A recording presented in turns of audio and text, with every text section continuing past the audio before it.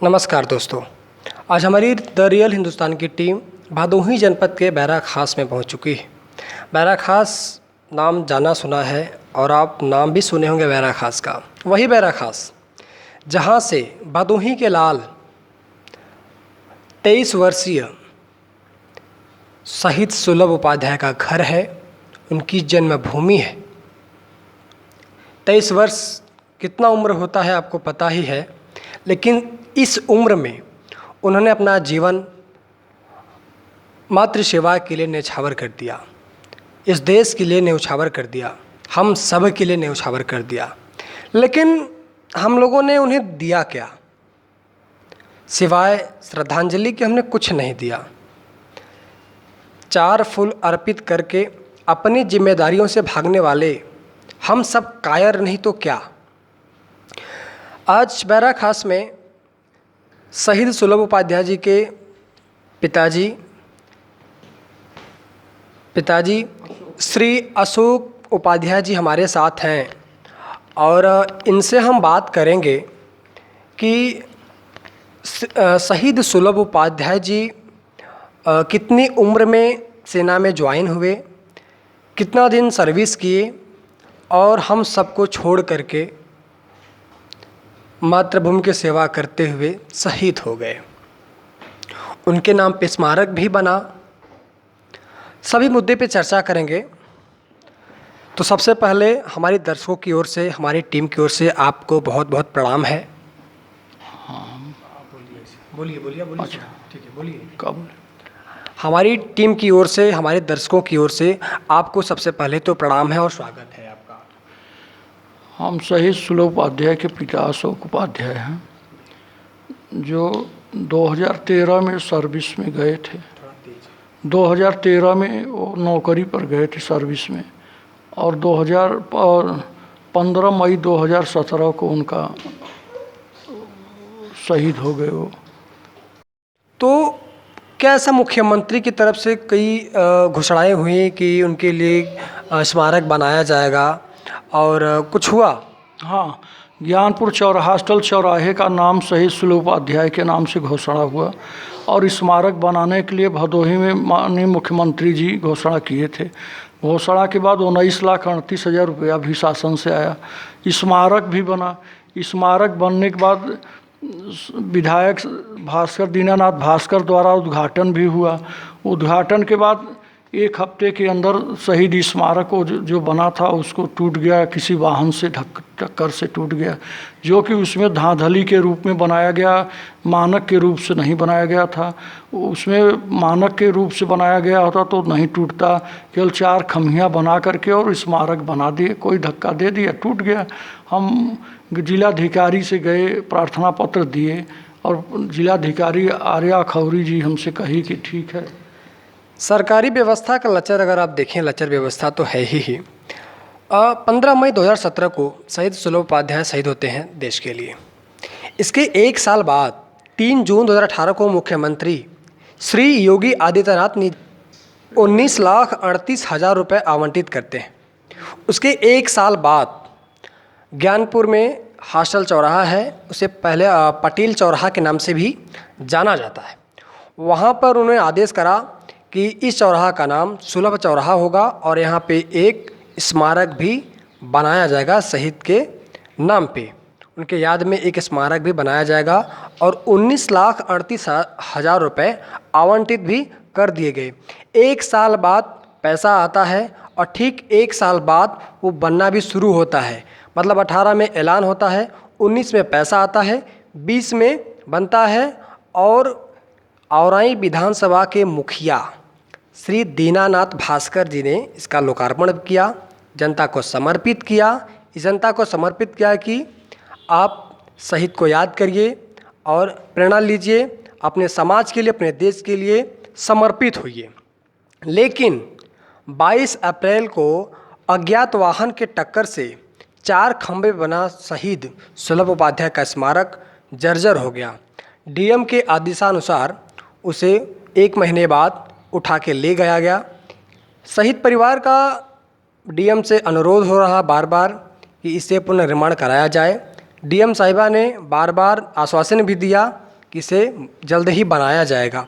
क्या ऐसा डीएम साहब ने कहा कि जल्द बनाया जाएगा? हाँ, औराई तहसील में डीएम साहब, एसपी साहब और मंडल आयुक्त सब लोग वहाँ थे। वहाँ एक प्रार्थना पत्र हम दे रहे थे, तो डीएम साहब हमसे कहे कि आप घबराइए मत, हम बहुत जल्द से जल्द और अच्छा हम इसको बनवाएंगे, आप जरा सा भी चिंता मत करिए। इस संदर्भ में आपने जो लोकार्पण किए थे विधायक जी दीनानाथ भास्कर जी, क्या उनसे इस संदर्भ में मिले थे आप, कोई चर्चा किए थे? मिले थे दीनानाथ भास्कर जी विधायक हमारे, कहे कि हम पत्रक दे दिए हैं डीएम साहब को, डीएम साहब बहुत जल्द बनवाने के लिए आश्वासन दिए।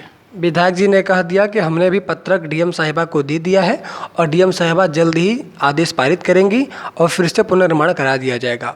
देखिए, बड़ा सवाल ये नहीं है कि बना दिया जाएगा, बड़ा सवाल ये है कि 19,38,000 रुपये में 4 खंभों पर बना स्मारक इतना कमज़ोर क्यों बना कि वो 2 महीने में ही किसी वाहन के टक्कर से गिर जाता है? इतना कमज़ोर कैसे बना कि वो अपने मानक के हिसाब से नहीं बना, इतना कमज़ोर बन जाता है कि वो गिर जाता है? बड़ा सवाल ये है कि शहीद के स्मारक में भी क्या भ्रष्टाचार हो रहा है? क्या शहीद के कफन पे भी राजनीति हो रही है? क्या शहीद के कफन में भी भ्रष्टाचार किया जा रहा है? क्या कहेंगे आप इस पर? क्या कहें, शासन का जो मंशा है, अब हम लोग क्या कह सकते हैं। शासन का मंशा तो है कि किसी को जिंदा ही ना रहने दे, तो क्या हम अपने अधिकार को छोड़ देंगे? क्या छोड़ नहीं देंगे, लेकिन करेंगे क्या? जब शासन नहीं कुछ करेगा तो हम माननीय मुख्यमंत्री जी के पास हमको लग रहा है कोई लेटर भी नहीं पहुंच सका, या उनके नॉलेज में ये बात भी नहीं पहुंच सकी कि स्मारक गिरा, टूटा, क्या हुआ। ये तो डीएम का ही निर्देश होना चाहिए, डीएम के ही कहना चाहिए कि हाँ वहाँ बनना चाहिए, क्या होना चाहिए, तो डीएम का ही। ये शहीद पिता के शब्द हैं, ये शहीद पिता के शब्द हैं। शहीद पिता के शब्द, एक एक शब्द मुख्यमंत्री के पास भी जाना चाहिए और हम सबकी जिम्मेदारी भी है कि इसे आंदोलन बनाएं, क्योंकि जिस तरह से एक शहीद के स्मारक पे भ्रष्टाचार हुआ है, शासन प्रशासन जनप्रतिनिधि सब मुख्य दर्शक बने हुए हैं। आगामी 6 महीने में उत्तर प्रदेश का चुनाव नज़दीक है और इस पे बहुत सारे नए नवेले नेता कुर्ता पैजामा पहन करके नेतागिरी करने के लिए निकलेंगे, लेकिन कोई एक शब्द भी शहीद के लिए नहीं बोलेगा।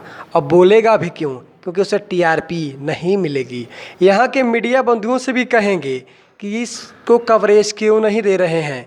19,38,000 में क्या 4 खंभों पे स्मारक बनता है? ये सवाल हम नहीं पूछ रहे हैं, सवाल शहीद के पिता पूछ रहे हैं।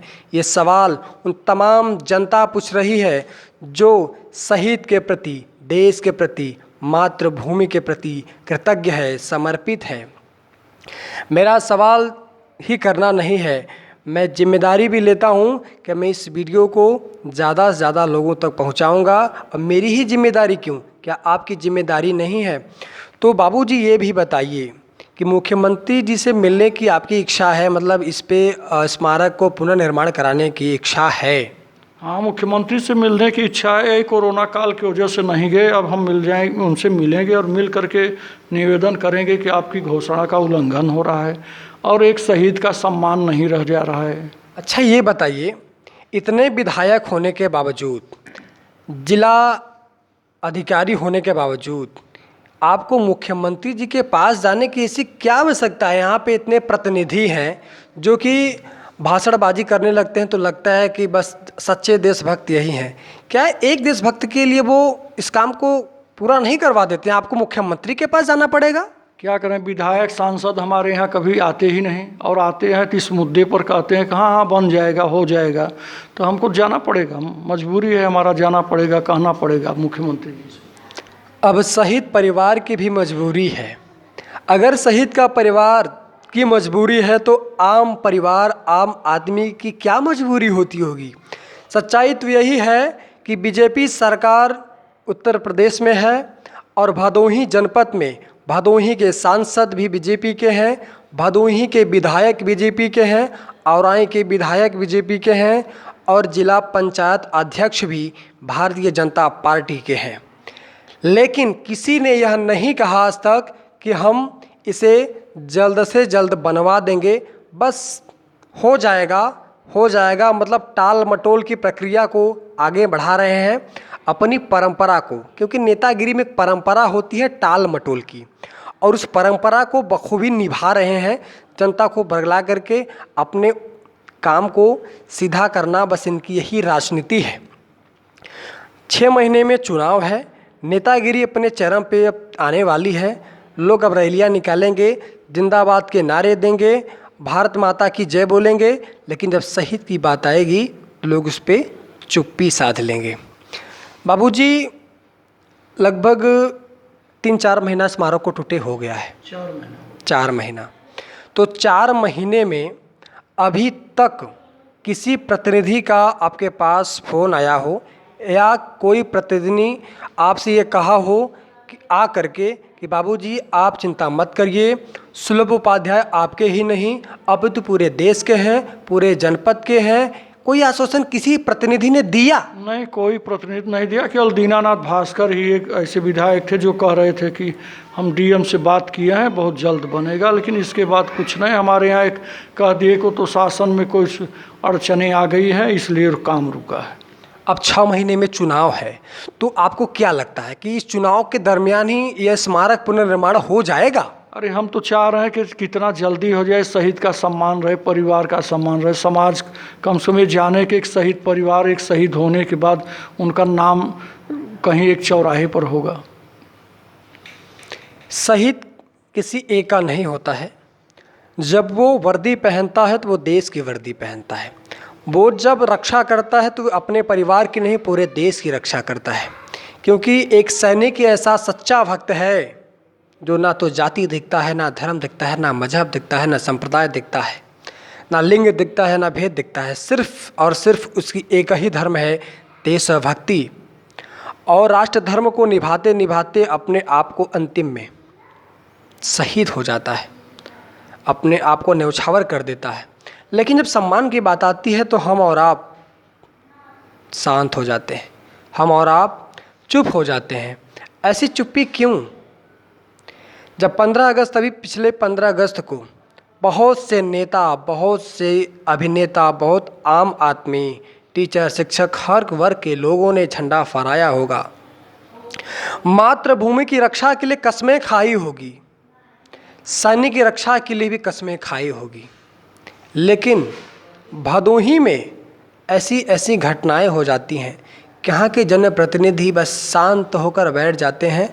यही कारण है, यहाँ के जनप्रतिनिधि जब यहाँ के मुद्दे नहीं उठाएंगे तो बाहरी आकर के चुनाव लड़ेंगे भी और चुनाव जीतेंगे भी, क्योंकि यहाँ के जो जनप्रतिनिधि हैं उन्हें चाटुकारिता के अलावा कुछ आता भी नहीं है।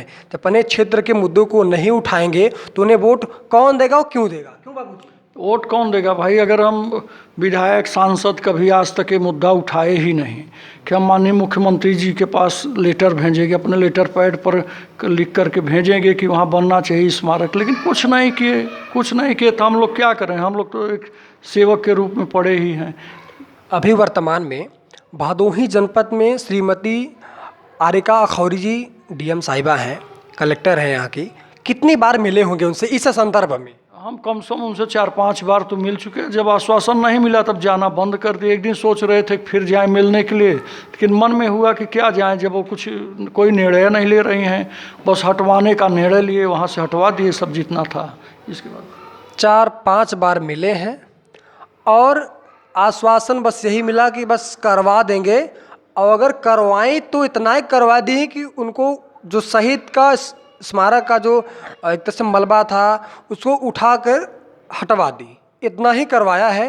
इसके बाद उन्होंने कुछ नहीं करवाया है। बस कहती हैं हाँ हो जाएगा, लेकिन कब होगा ये पूरे भदोही की जनता नहीं, पूरा भारत देश पूछेगा।